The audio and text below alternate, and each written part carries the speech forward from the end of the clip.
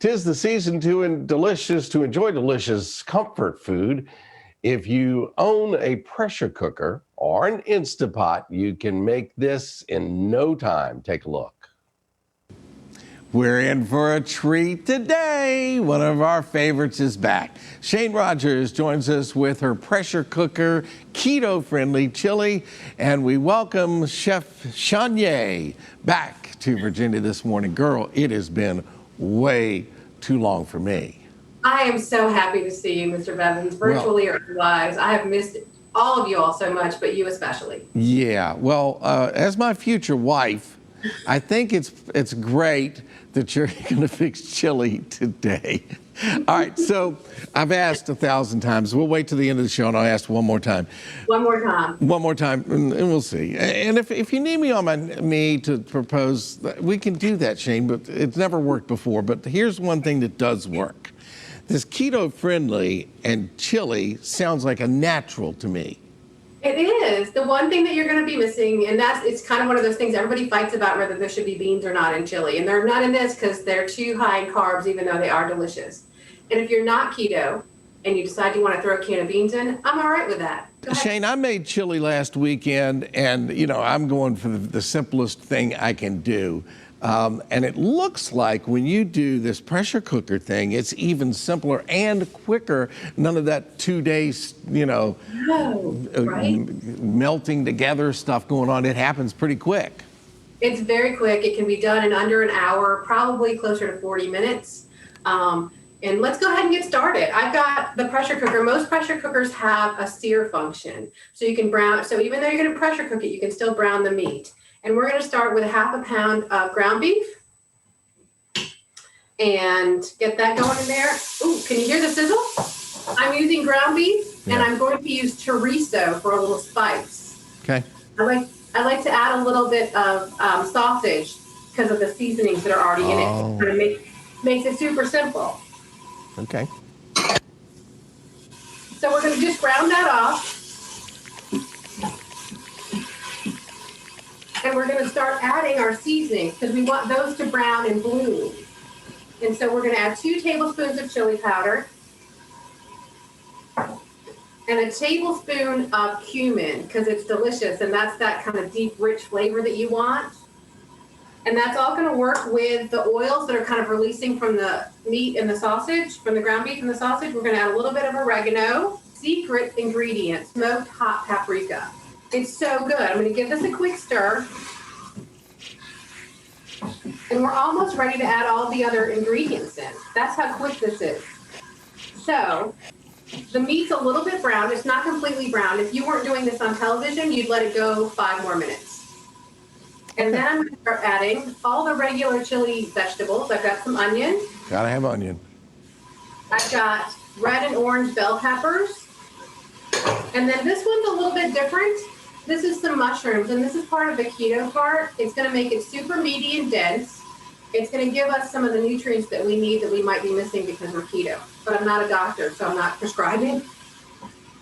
We're going to add those in there. Those are going to cook down. You'll notice that they're kind of very finely chopped. And now we get to the fun stuff. We've got jalapenos.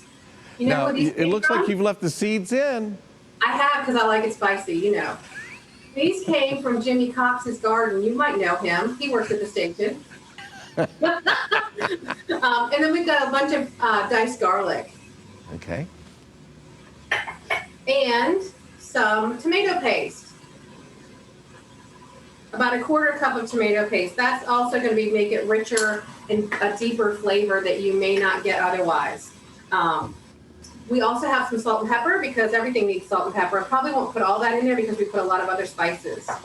So now I'm just going to give this a good stir and make sure that the meat's kind of all well distributed. We're almost done. We're about to put the top on this. We have just a couple of other things to add. All right, wait a minute, Shayne. Hold on a second. Maybe I missed it. Normally, would you put beans in your chili in the past if you weren't making keto? Yes, absolutely. I love beans. I miss beans terribly. But yes, no, the beans are just a little too high in carbs for those of us that are following keto. Got it. They are delicious. So now I'm gonna start to finish up with 128-ounce can of crushed tomatoes. Yep. You get that out, scrape that out of there really well, and I'm going to use my 2 cups of beef broth to rinse out my tomato can because we don't want to waste any of that deliciousness. Ooh. Now, I used fire roasted tomatoes when I was making mine. I like that. Totally. I would absolutely do that. Okay. We're going to give this a stir and get it all kind of, but we're almost done. Yeah. Like, see how quick that was? I'm going to put the top on, and as always, the top of the pressure cooker can give you some issues. This is how we know that it's the steam is. So you're going to check the pressure valve and make sure that it's closed. Otherwise, it won't come up to pressure and it won't cook as fast as you'd like. So, Shayne, let me ask you a question about this pressure cooker, and I know the answer, but for folks who haven't seen you work with these things before, back in the day, Mom would say, I'm working with a pressure cooker. I got to concentrate. You got to keep, this is dangerous, so we got to be careful. That's not necessarily the case anymore with the new modern pressure cookers, is it? Absolutely not. These are super safe. This happens to be the Pampered Chef version. Super safe. And what I like about that is the steam is not where you open it. It's kind of safer. But yeah, the pressure cookers are kind of self-contained. They're really not as, like, I don't even think about it. The hardest part is learning how to set them sometimes because there's so many buttons. But so that's how I'm going to take this. I'm going to cancel this. And I'm going to take the sear off because I have the sear on to brown the ground beef. And I'm going to turn the dial to the stew setting, which is, I think, over there. Oh, there we go. And I'm going to just start it. We're almost, so now we're at 30 minutes and it's going to come up to pressure. So it's going to take 5 or 10 minutes to come up to pressure. And then it's going to cook. And then you're going to let it sit for 5 more minutes to let the pressure release naturally. And then you're going to hit this button to make it release the rest of the way so that you can open it. But that's it. It doesn't have to sit on the stove for 2 hours or 3 days. It's ready to go.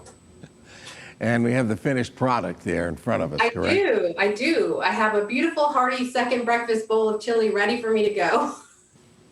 And I'm going to put some fun stuff on it.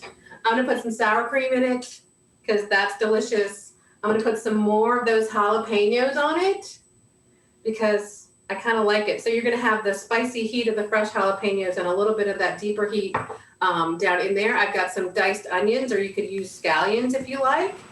And the best part of the whole thing, some cheese. Yeah.